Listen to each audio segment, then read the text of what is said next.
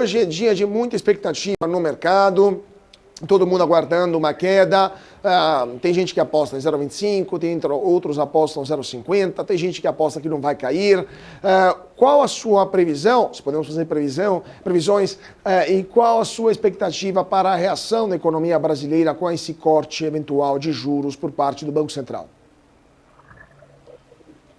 Em primeiro lugar, o que a gente pode observar é que as previsões são bastante próximas. Eu estava dando uma olhada agora há pouco no site da B3, na opção de Copom, e por uma ligeira vantagem, o mercado precifica uma queda de 50 basis points, mas uma ligeira vantagem mesmo, né? 52% das pessoas que compraram essa opção e 44% acreditam numa queda de 0,25.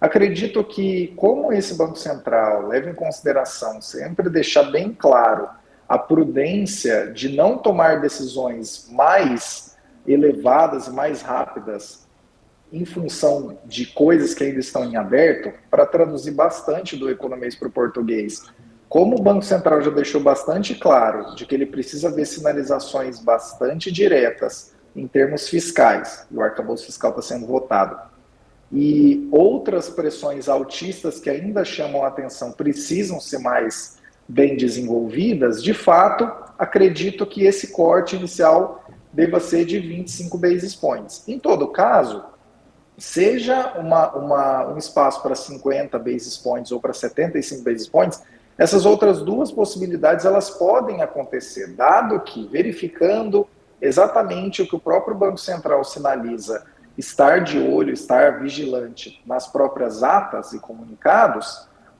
as pressões altistas que existem, domesticamente, elas praticamente inexistem, elas são muito pequenas, pode ter aí uma certa discussão, mas o governo pode ser muito leniente com as regras do novo arcabouço e tudo mais, mas o novo arcabouço é de 2024 em diante, a gente ainda não sabe como que ele vai parar de pé, os 150 bilhões e tudo mais, mas esse ano é teto de gastos estendido pela PEC de transição, do final do ano passado. E se a gente for olhar para a economia real, ela já está desacelerando. Isso é uma coisa que eu tenho pontuado muito. Muito provavelmente essas quedas, talvez não se inicie hoje, talvez realmente venham 25 basis points, embora pessoalmente eu acredito que seja possível vir 50, e uma visão ainda mais pessoal minha diz que poderia vir até 75 basis points, para indicar de fato que o trabalho dos juros foi feito, que é internacionalmente reconhecido. Mas se a gente for olhar para a economia real, já existe um intervalo considerável em termos de desaceleração gerada. Claro, se a gente olhar especificamente para a inflação dos serviços, ela ainda continua em 12 meses consideravelmente acima da meta. Dados de 12 meses até junho, 6,2%. A meta sendo 3,25%, quer dizer, está bastante acima. Mas se você for olhar o agregado dos setores, tirando o que a gente teve de muito positivo, de surpresa no agro, né, 21% no primeiro trimestre, o próprio IBCBR de maio, que é o mais recente, ele já mostra que a economia já está desacelerando. Esperava-se uma queda nesse agregado do IBCBR de maio de 0,2% e veio uma queda de 2%. E querendo ou não, sempre importante pontuar, com exceção ao agro, que teve uma safra extraordinariamente positiva, ao preço de algumas outras commodities metálicas também indo muito bem lá fora, de maneira um pouco mais sustentada, tanto indústria quanto comércio e serviços já estavam patinando pelo menos desde o terceiro trimestre do ano passado.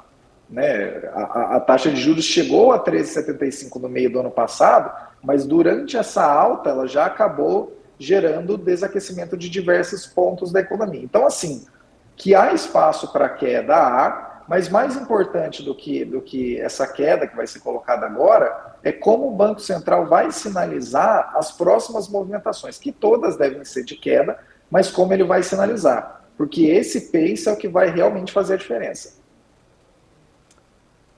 Agora, Caio, a gente falou agora há pouco sobre a decisão, né, de Gabriel Galípolo sobre na estreia dele, né, nessa reunião do Copom, a forma como ele vai votar pode até gerar reações no mercado. Como é que você está enxergando essa participação de Galípolo, essa sua estreia? agora sua participação aí na decisão da taxa de juros, né? Principalmente se houver uma divergência muito grande em relação ao voto dos demais diretores, né? Até porque ele tem uma especulação de que pode ser o sucessor de Campos Neto. Como é que você enxerga aí não só a decisão da taxa, né? Mas também a reunião, né? Como vai ser o voto de cada um? Olha, em se tratando do fato dele ter entrado justamente como diretor de política monetária, acredito que essa primeira reunião, talvez ela não vai conseguir passar uma mensagem completa, mas ela vai passar o primeiro passo, né, a primeira grande sinalização do Galípolo como diretor do Banco Central, para que a gente fique um pouco mais a par das decisões dele serem tomadas de modo mais técnico ou de modo mais político. Como foi bastante sinalizado, de fato, ele ter tido ou não experiências anteriores de mercado não necessariamente significa que ele teria a maior expertise possível ou ele ter tido experiência ou não na parte da academia. Não é bem esse o ponto. Mas, assim, dado que o Banco Central observa uma grande quantidade de fatores, né, se eles estão acelerando, se eles estão desacelerando, se eles oferecem pressão, se eles não oferecem pressão, é uma chance dele se posicionar de maneira mais técnica ou mais política. Inclusive, até um ponto que é interessante, eu estava vendo um post no Twitter do Tony Volpon, que é ex-diretor do Banco Central, e ele pontuou algumas coisas que eu achei muito interessantes. Dentre elas, o seguinte ponto: esse corte, que muito provavelmente vamos observar o anúncio agora em breve, daqui a pouquinho, ele per se, ele não significa tanta coisa assim, porque, primeiro ponto, que existe um grande delay, né, decisões de política monetária, esse corte, todos os cortes foram feitos agora, eles vão ser sentidos no ano que vem, e muito provavelmente no segundo semestre do ano que vem, mas mais importante do que isso é observar em termos técnicos, isso muito provavelmente vai ficar mais explicitado no comunicado, na ata, perdão, do que no próprio comunicado. O mais importante vai ser a gente verificar como a diretoria atual de política monetária vai se posicionar perante os juros. Porque, na verdade, se vai cair 25 basis points, ou 50, ou 75, qual será o voto? Será uma indicação. Mas, ao longo do tempo, o que a gente precisa ver é o que o Banco Central, com mais membros indicados pelo atual governo, vê para o juro neutro, por exemplo, aquele que nem estimula nem desaquece a economia. Que tipo de peso que o Banco Central, com a sua nova diretoria, a diretoria que vai sendo trocada aí ao longo do tempo, como que o Banco Central verifica que a ação dos juros deveria se posicionar sobre o avanço de pressões ou a redução de pressões em diversos setores da economia? Que tipo de peso o Banco Central, com a diretoria que vai sendo alterada, vai dar para expectativas futuras, que essa também é uma grande crítica que é feita por algumas partes do mercado, ou até, na verdade, é uma crítica um pouco mais política, né? Nem tanto mercadológica, em relação à atual gestão do Banco Central, né? Olha, está focando muito nas expectativas de inflação e não está observando entregas que estão sendo encaminhadas no momento presente e tudo mais. Qual que vai ser o peso? Vai ser mais no curto prazo, em entregas que, independente delas terem sustentabilidade ou não, como eu acabei de dizer, no arcabouço fiscal tem 150 bilhões para ele parar de pé. A gente ainda não sabe exatamente como é que isso vai funcionar. A gente vai descobrir agora no segundo semestre, segundo o que a equipe econômica tem anunciado. Ou vai dar um foco maior em, pode ser que o governo não cumpra a regra que ele está colocando agora, e ele vai gastar para caramba, isso vai pressionar a inflação, então a gente não pode abaixar os juros. Esse tipo de ajuste fino que a gente vai descobrir nas próximas decisões, ele faz toda a diferença, principalmente por esse ponto que você bem colocou, que há uma especulação muito grande de que ele acabe virando o presidente do Banco Central quando sair o Roberto Campos Neto.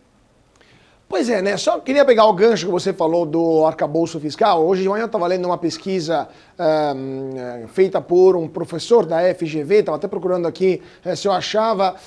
Ele indica que no ano que vem, esse ano vamos fechar com um déficit primário de 115 bilhões. E no ano que vem, 130 bilhões de reais serão necessários para zerar o déficit. O governo insiste com essa ideia. Aparentemente, Haddad já está começando a admitir que não será possível terminar o ano que vem empatados, né, no 0-0, no déficit, quiçá no superávit como era no passado. Qual que é a sua expectativa? Estamos indo em direção de um rombo nas contas públicas ou ainda há esperança que possa se encontrar, quiçá pela reforma tributária, todo esse dinheiro para cobrir esse rombo?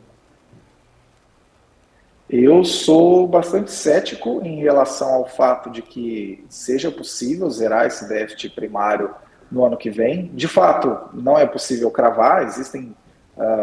O Haddad tem dado várias entrevistas em diversos lugares no qual ele fala vou citar algumas frases que eu já ouvi dele em algumas entrevistas. Temos aí algumas medidas, 100 medidas, alguma coisa do tipo, que podem tornar a máquina do Estado capaz de arrecadar de uma maneira mais sustentável, que vá trazer essa transparência de que o arcabouço fiscal vai parar de pé. De fato, ok, beleza, dado esse primeiro semestre, em termos de poder de articulação de casas legislativas, a gente viu que, de fato, é bastante positivo, né? Entregaram aí esses primeiros 2 avanços, ainda tem Senado e tudo, mas foi bastante relevante que isso passasse no primeiro semestre. Mas eu acredito que muitos pontos estão sendo observados de uma maneira muito otimista, e isso é muito danoso. Em primeiro lugar, porque a situação atual, a conjuntura na qual o Brasil se encontra, que inclusive vale ressaltar, já em junho a gente já está em déficit primário de 42,5 bilhões de reais, o que é bem diferente do que a gente estava um ano atrás, por exemplo. A conjuntura do Brasil ela é muito levada ao longo do tempo, ao longo das décadas, pela situação internacional das commodities, que agora, se a gente for bem observar, né, até tem toda essa questão, como que a Petrobras vai lidar com o petróleo subindo, a defasagem de preço e tudo mais. As commodities, elas ainda estão dando uma certa sustentabilidade. Até se a gente for olhar num comparativo de índice agregado de commodities, do pré-pandemia para cá, já tirando todos os efeitos, no meio da pandemia caiu muito e depois subiu bastante. A gente está cerca de 25%, 26% acima dos níveis pré-pandemia, se a gente for olhar os agregados de commodities. Então, quer dizer, para o Brasil, de uma maneira mais sustentada, isso é um cenário positivo. Agora, por outro lado, o que a gente precisa ficar de olho é que o aumento das despesas também está sendo sustentado. Por um lado, de fato, é importante pontuar algumas reposições do que não estava sendo cumprido em termos de funções de Estado, de fiscalização de alguns ministérios e tudo mais, de diversos pontos, até aí tudo bem.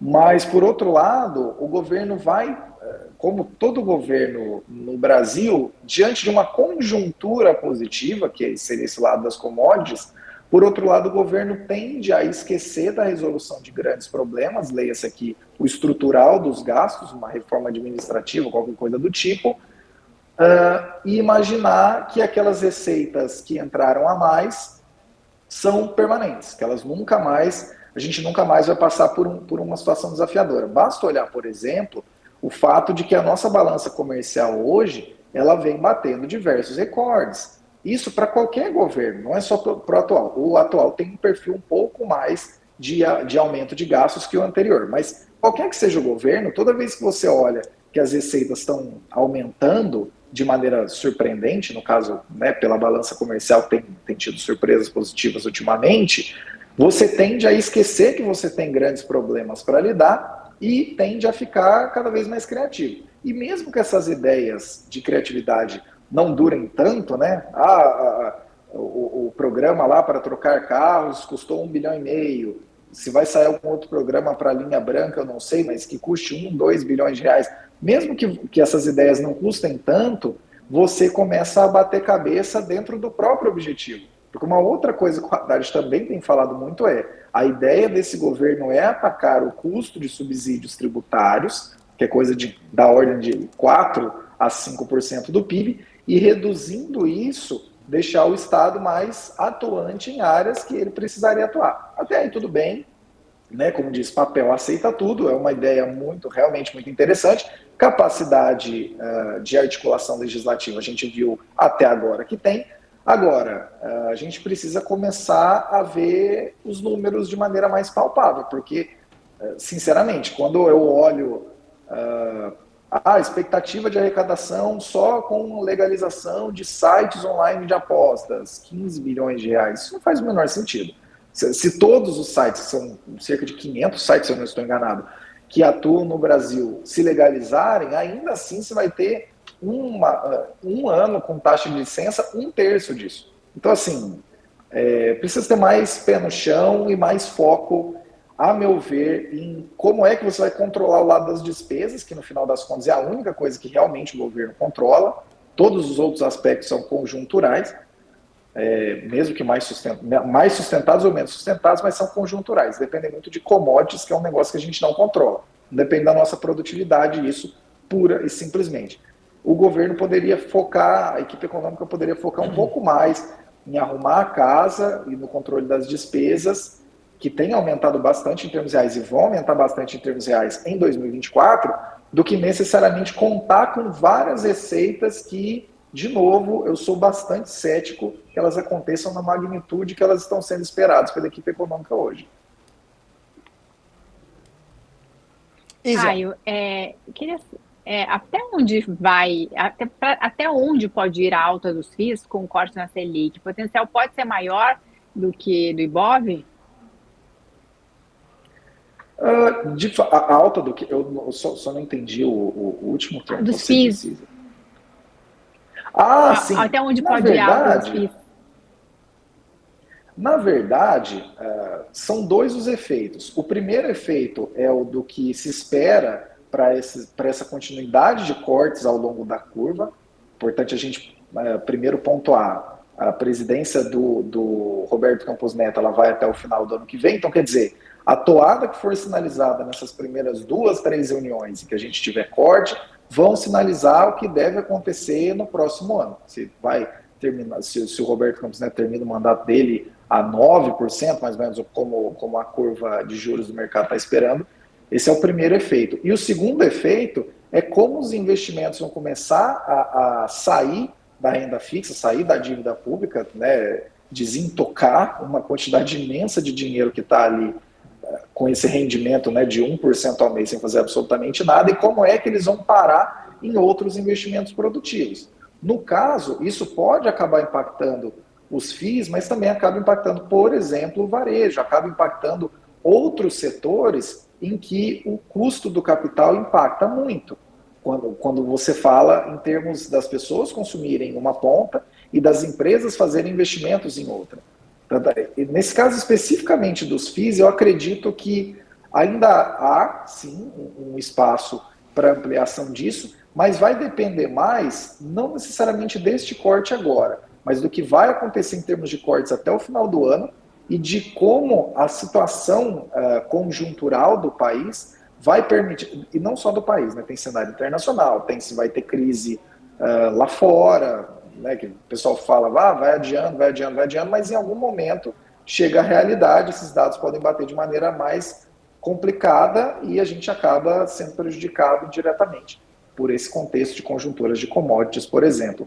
Mas caso haja continuidade dessa sustentação de queda de inflação que a gente tem verificado, né, saiu aí de 11% agora em 12 meses, está abaixo de 4%, deve ter uma subida agora, mas dificilmente vai terminar o ano acima de 5%, por exemplo, que é um negócio extraordinário. Com essa continuidade, a continuidade das quedas de juros deve seguir adiante e isso acaba liberando, por assim dizer, né, com muitas aspas aqui para o pessoal não ficar bravo, acaba liberando muitos recursos que ficaram concentrados na dívida a caminharem para setores mais produtivos. O único ponto que eu sou um pouco resistente em acreditar que o limite de alta, tanto para FIIs quanto para ações e demais investimentos produtivos da economia real com proxies no mercado, tenda a crescer muito mais do que está sendo esperado, a minha única resistência está no seguinte ponto.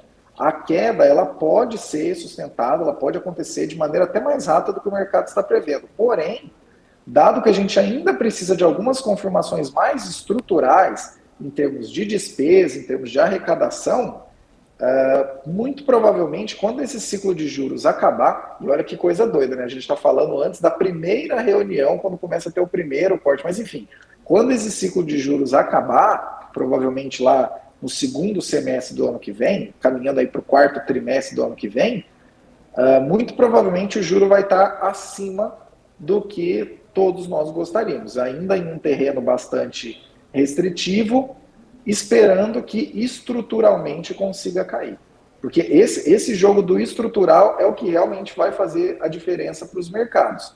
Quanto mais a Selic estiver acima desse juro estrutural, o juro estrutural do Brasil está entre 7,5% e 8,5%. Quanto mais a Selic estiver acima disso, isso significa que vai valer mais a pena que todo mundo se posicione em outros mercados mais associados à dívida, mais associados aos juros. Mas, tendo essa tendência, primeiramente, nesses próximos aí 18 meses, até o final do ano que vem, e em termos mais longos, se tiver condição estrutural de que esse juro fique mais baixo, aí sim, há uma tendência de fato de alta para itens que tenham um risco mais acoplado, sejam FIIs ou sejam ações, mas essa tendência é, a meu ver, um pouco mais limitada do que se imagina por esse ponto. A taxa Selic vai cair, mas ela deve cair e ainda ficar no território restritivo até o final do ano que vem, pelo menos. Caio, última pergunta, temos mais 5 minutinhos, mas eu queria te perguntar, falando de taxa mais baixa estruturalmente, mas também riscos de volta da inflação, com o governo querendo gastar sem parar e também injetar crédito na economia. O governo, segundo uma entrevista concedida hoje pelo secretário especial de reformas econômicas do Ministério da Fazenda, Marcos Barbosa Pinto, ele disse que o governo está de olho nos fundos de previdência para fornecer empréstimo mais barato que o consignado, ou seja, o governo quer utilizar R$1 trilhão da Previdência, né, para fornecer um crédito com garantia de cota de fundos abertos. O que você acha? Esse tipo de medidas extemporâneas, assim, utilizando fundos de previdência para fornecer crédito, são um problema para a economia brasileira manter uma estabilidade macroeconômica? Porque, de fato, mais uma vez, tentar injetar dinheiro na economia, criando outros problemas que virão, mas principalmente criando inflação. Isso poderia afetar o andamento dos juros também nas próximas reuniões do cupom? Na verdade, o que eu acredito sinceramente é que esse é mais um dos tantos pontos que sinalizam como o governo Lula 3 enxerga diversos cenários com uma proximidade muito grande do que enxergava o governo Lula 1. E por que eu estou querendo dizer isso? É claro que o crédito se expandindo, ele pode trazer crescimento, porque permite que as pessoas consumam mais. Daí, por exemplo, que a gente tem uma ideia que foi lá no começo do Lula 3, no começo do Lula 1, perdão, o consignado. O consignado nada mais olha, você tem um salário, então vamos usar como garantia, vou colocar muitas aspas aqui, vamos utilizar como garantia do pagamento desse empréstimo o seu salário. Em virtude disso, você consegue ter um juro mais baixo. Tanto é que consignado é o juro mais baixo que existe no país até hoje.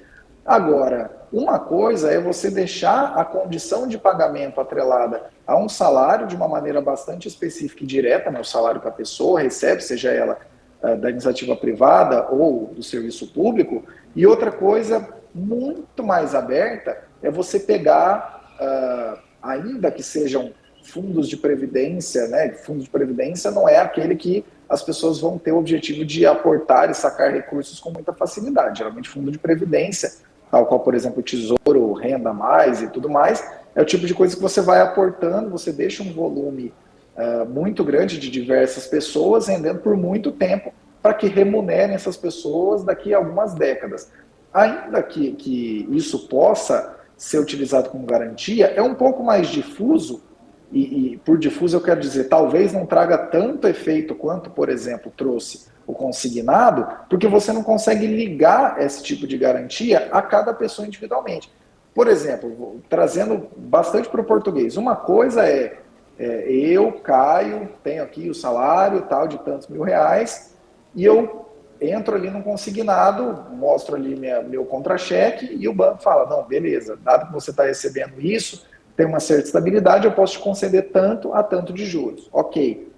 Agora, como que você vai fazer para colocar, mesmo que a pessoa esteja naquele fundo de previdência, você vai linkar ao que a pessoa já deixou, já contribuiu para aquele fundo de previdência durante alguns anos, ou você vai pegar todo o fundo de previdência e tentar fazer uma média ponderada, uma média não ponderada, uma média simples pelo número de pessoas que está ali.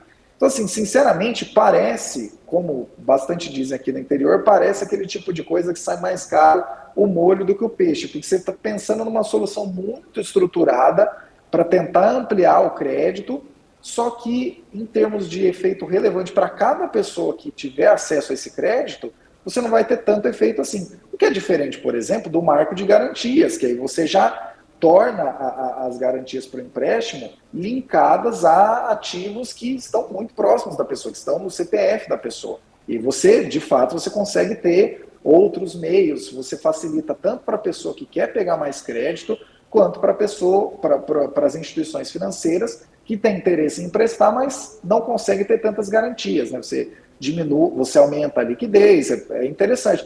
Agora, você pegar um fundo gigantesco, é uma ideia, de fato, o governo pode colocar isso daí na praça, mas é uma ideia que, a meu ver, olhando assim por cima, a ver o que teria de mais detalhes a respeito disso, mas é uma ideia que, olhando de uma maneira inicial, ela parece ser uma grande ideia para ter uma diferença ínfima. Sabe? O consignado é 1,95. Mas se você pegar esse daqui que está linkado ao fundo de previdência, vai ser 1,90. No final das contas, gente, capitalizou, no final do dia vai ser praticamente a mesma coisa.